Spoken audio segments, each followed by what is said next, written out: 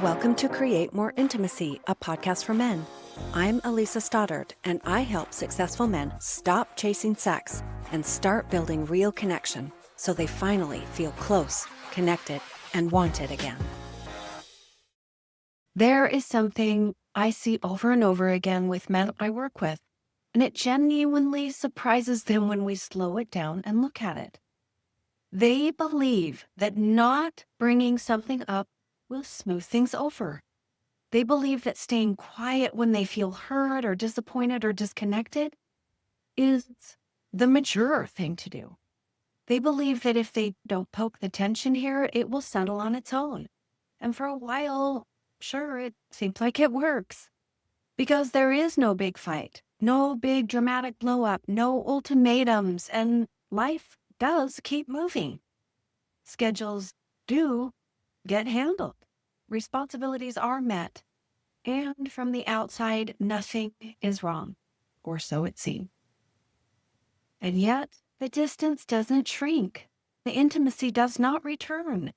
And the roommate dynamic quietly grows. That's the part that catches them off guard, because in their mind, they've been trying to protect the relationship. They've been trying to keep things steady. So when they look around, even years later, they think, why do I feel so alone in my own marriage? It just doesn't add up for them. Today, I want to connect the dots that most men have never had the chance to connect. Welcome to episode 45, Why Avoiding Conflict is Creating Distance in Your Marriage. If we slow this down, the avoidance actually makes a lot of sense. Most men were never taught how to have difficult conversation in a way that felt safe, either for them or for her.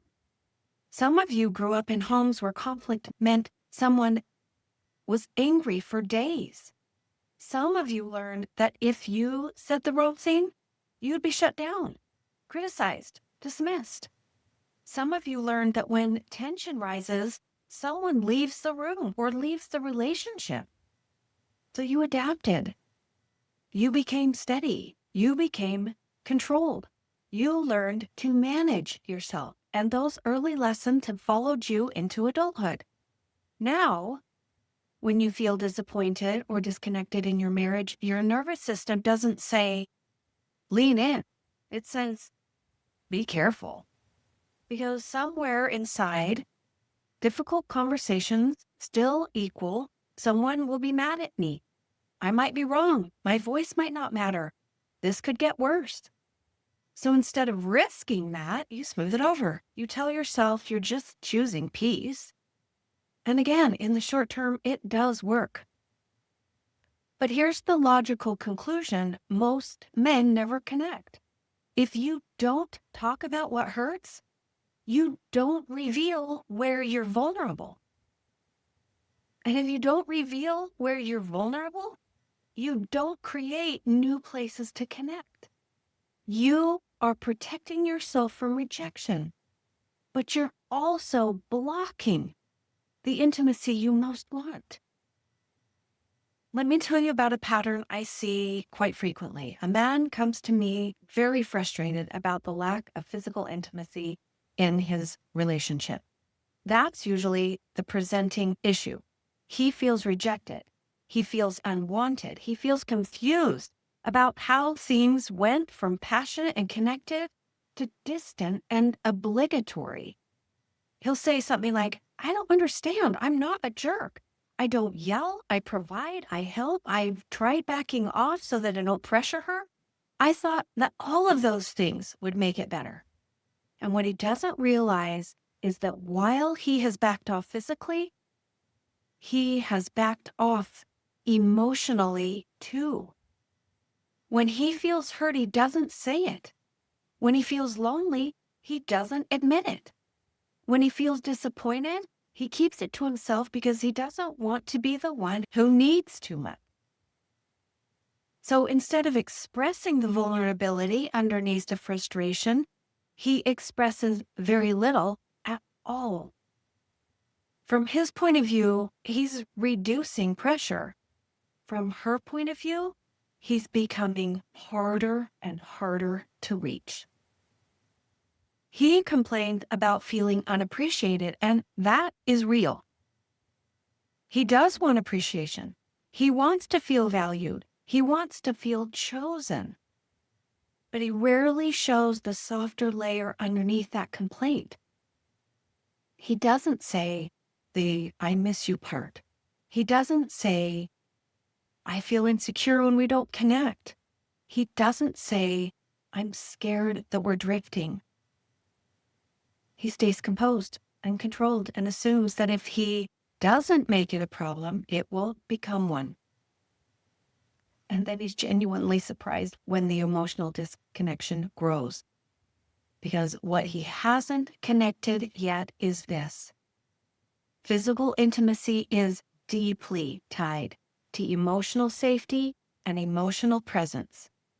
If you are not sharing where you are vulnerable, if you are not inviting your partner into your internal world, then over time, you are not building friendship. You aren't building closeness.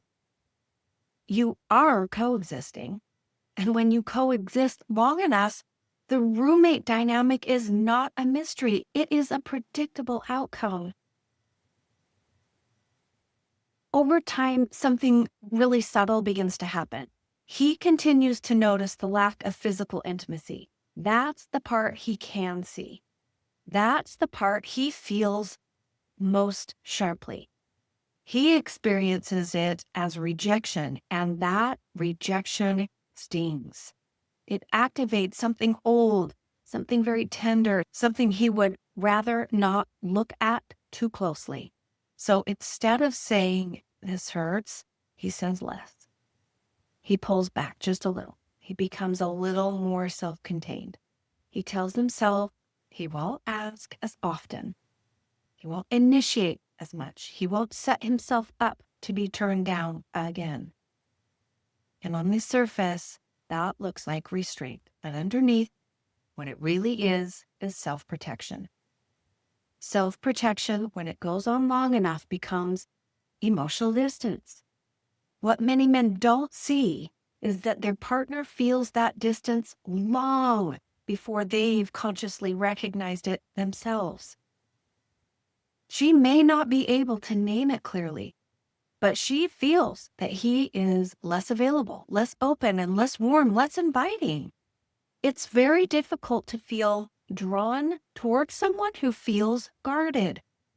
And this is where the surprise comes in, and he thinks, "I stopped pushing. I stopped making it a big deal. I thought all of that would help."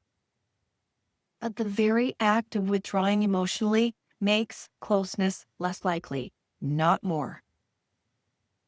When vulnerability decreases, the friendship weakens. When friendship weakens, intimacy almost always follows as well.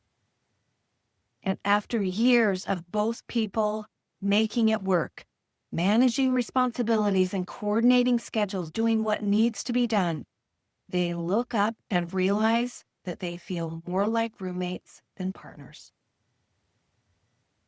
There was not some big dramatic collapse. There was a steady avoidance of deeper connection.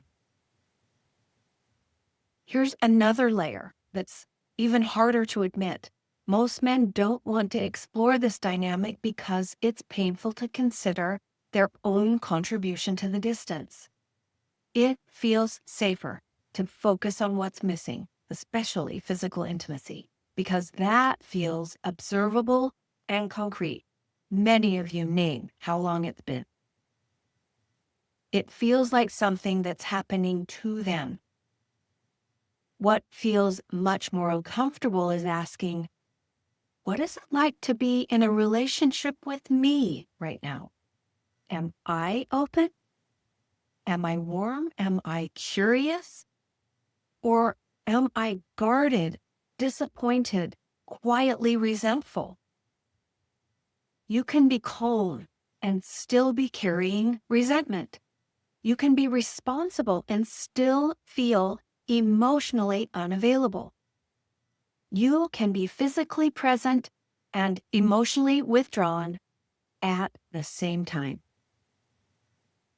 And when disappointment and resentment are running quietly in the background for years, it affects your tone and your body language and your patience and your overall availability. It becomes part of your vibe, your presence. If your internal world is so tight, your partner feels that tightness. And it isn't because she's overly sensitive, guys. It's because humans are exquisitely attuned to emotional shifts. So when a man says, I don't understand why she doesn't seem interested anymore, I will gently ask him to look at the bigger picture. Not in a blaming way, but in a growth-oriented, we're trying to get to the bottom of this way, because I'm not here to find fault. I am here to point out patterns. At its core, this is a choice between comfort and growth. Avoidance is comfortable in the short term. It protects you from rejection. It protects you from feeling like you're in the wrong. It protects you from having to admit that you want more and are afraid you might not get it. But growth requires something different. Growth requires you to say, this matters to me, and I'm willing to risk being seen. Growth requires you to have difficult conversations without turning it into an accusation. Growth requires you to tolerate the discomfort of not knowing how it will land. And many men simply never learned how to do that in a way that ever felt safe. Their early lessons taught them that conflict meant anger or withdrawal or abandonment, or that their voice did not matter, that their feelings did not matter. So of course they avoid it now. Of course their nervous system tells them to smooth it over. The avoidance makes sense in that context. But the logical conclusion of long-term avoidance is loneliness. Status quo feels stable. But stable and lonely is not the marriage you actually want. You don't want a roommate. You want connection. You want to feel wanted. You want to feel appreciated and chosen. And the path back to that is not more restraint. It's emotional growth. When most men hear the word leadership, they think about responsibility for outcomes. They think about guiding a team, making decisions, setting direction, solving problems. And many of you are very good at all of those skills. At work, your voice carries weight. Your decisions matter.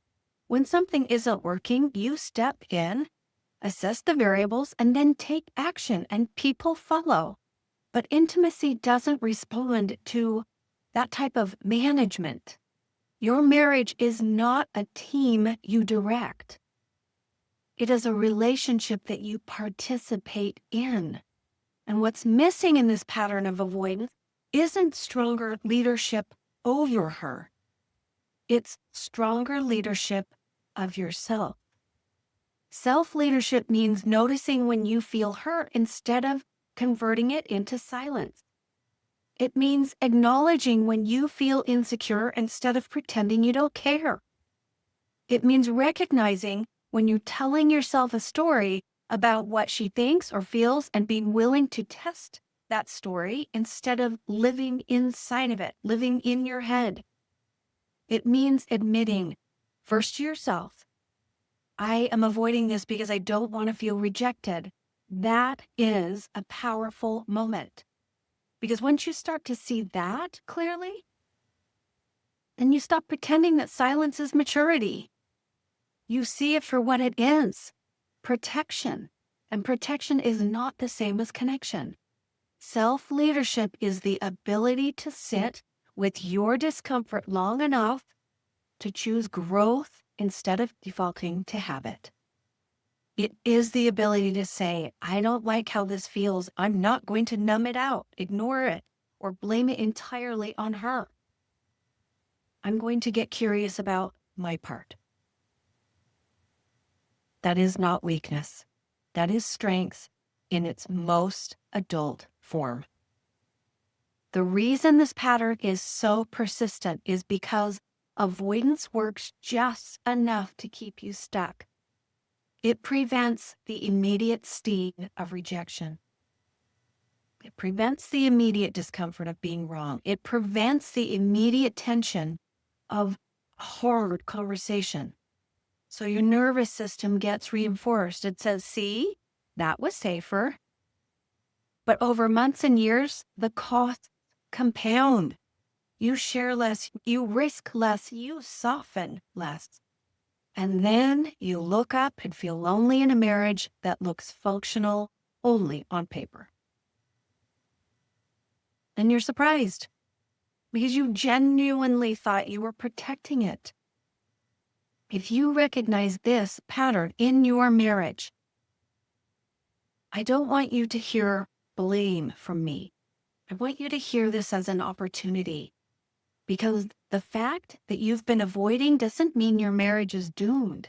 It means you've been operating from old lessons that once helped you survive, but survival is not the same as building connection at this point.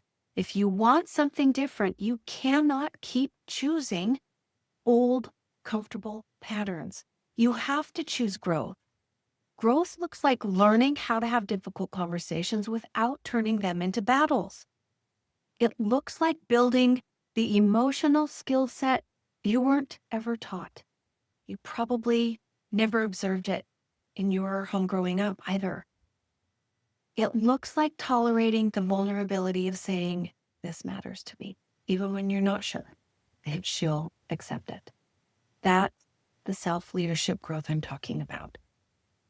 And it changes the tone of a marriage faster than you might think. Because when you stop preemptively rejecting yourself, you give the relationship a chance to respond differently. If you're tired of feeling like a roommate and you're ready to grow instead of staying in old patterns that are comfortable, that's the work that we could do together. You don't need more management strategies. You need a new way of leading yourself. There's something that most men don't realize about intimacy, and it isn't intuitive necessarily. Desire doesn't grow in emotional distance. It grows in emotional safety. And emotional safety does not mean the absence of conflict. Okay, I'm going to say that again. Emotional safety does not mean the absence of conflict. It means the presence of honesty without punishment. When you avoid difficult conversations, you think you're reducing pressure, but what often happens instead is that you create ambiguity. Your partner can feel that. They feel like something's off. She can sense the disappointment that you are not naming. She can feel the withdrawal you're not acknowledging. When hurt goes unspoken, it really disappears. Hardened hurt changes your energy. Sure, you might not be yelling. You might not be criticizing, but you might be less playful and less warm and less engaged, less emotionally available. Intimacy requires that type of openness, not as a performance and not productivity, not silently enduring here. Openness. If you want to feel desired, you have to be someone who is emotionally present enough to be known. This is where many high-functioning, high-achieving men get stuck. You're comfortable in the problem-solving part. You perform well and you're comfortable being very competent. But you're not always comfortable being emotionally exposed. So instead of saying, I feel insecure when we don't connect physically, you say nothing. Instead of saying, I miss feeling close to you, you withdraw a little. And from her perspective, the withdrawal can feel like pressure without context, without words to make sense of it. It can feel like expectation without the connection.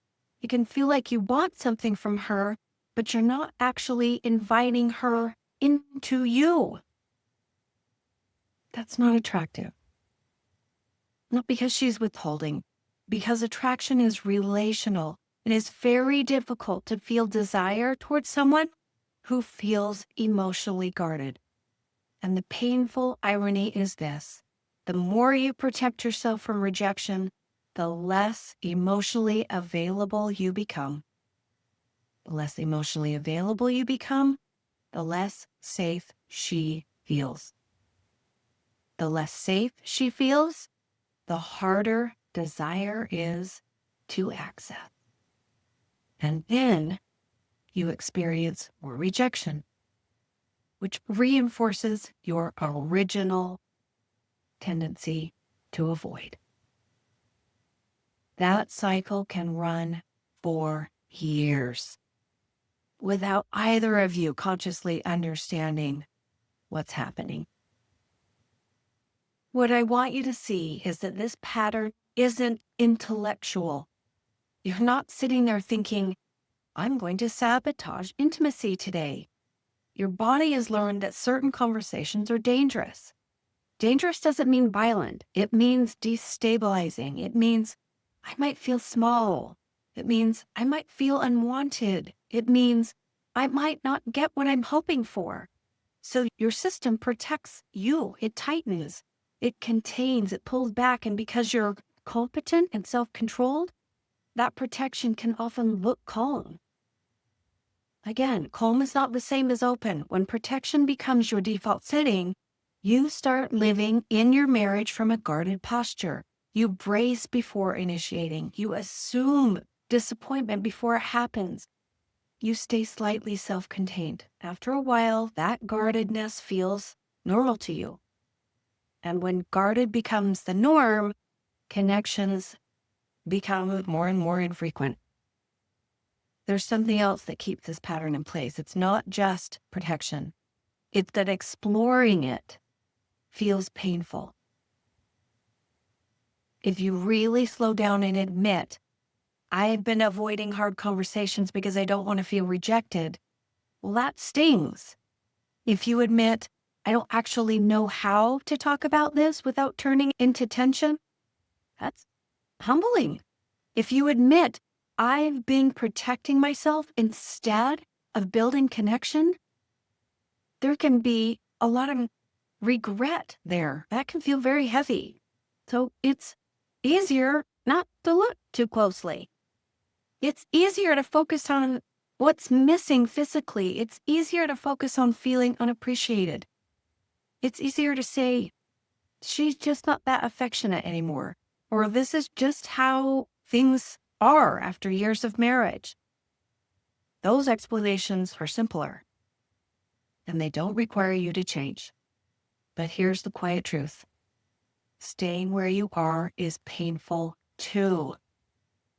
It may not be sharp. It may not be explosive, but it is chronic.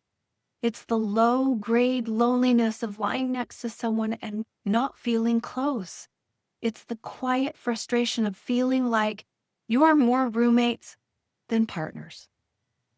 It's the repeated disappointment of hoping things will shift on their own and watching them stay the same year after year. That pain is familiar, which in some cases makes it tolerable. Growth pain is unfamiliar, though, which makes it intimidating. But familiar pain doesn't mean harmless pain. If you fast forward 5 years and nothing changes, what does that look like? More politeness, more distance, more self-containment, less vulnerability, less warmth, less desire. No dramatic collapse, but still. Just a slow settling into something smaller than what you actually want. And I want you to really hear me when I say this. You are not stuck because you are incapable. You are stuck because your protection has been running the show. And the protection always argues for the status quo. It will tell you, don't rock the boat. It will tell you, well, things have been worse. It will tell you, at least it's stable. But stable and lonely are not the same thing as connected.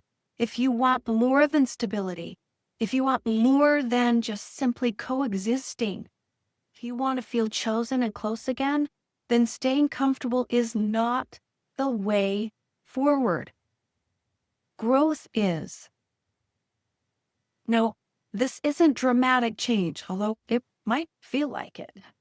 Not forcing vulnerability, not turning every issue into a confrontation. Rest assured.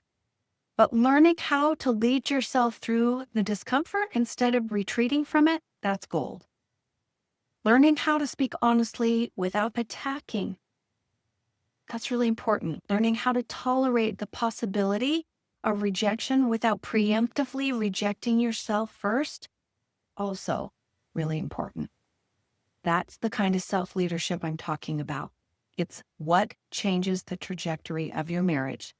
Because when you shift from protection to participation, the entire emotional tone of the relationship shifts with you. Now, granted, it's not overnight and it's not magically easy, but steadily it moves the needle. And here's the most hopeful part.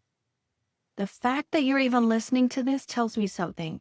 It tells me you don't actually want the roommate version of your marriage.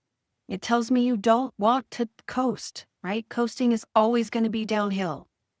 It tells me you care enough to examine yourself instead of just blaming her. And that willingness, that is the beginning of growth. And growth is the only way out of quiet loneliness. If you are ready to stop settling for just stability and start building connection with intention, that's the work that we can do together. It won't come by managing her. You've got to lead yourself first. When you lead yourself differently, your marriage has a real chance to change. This can all change way faster than you think. That's what I've got for you this week. Take care. I'll see you next time. Thanks for being here. If something in this episode hit home, don't forget to subscribe and leave a review. It helps more men find the support they need. And if you are ready to get help or take the next step, you'll find the link to book a free call in the show notes. I'll see you next time.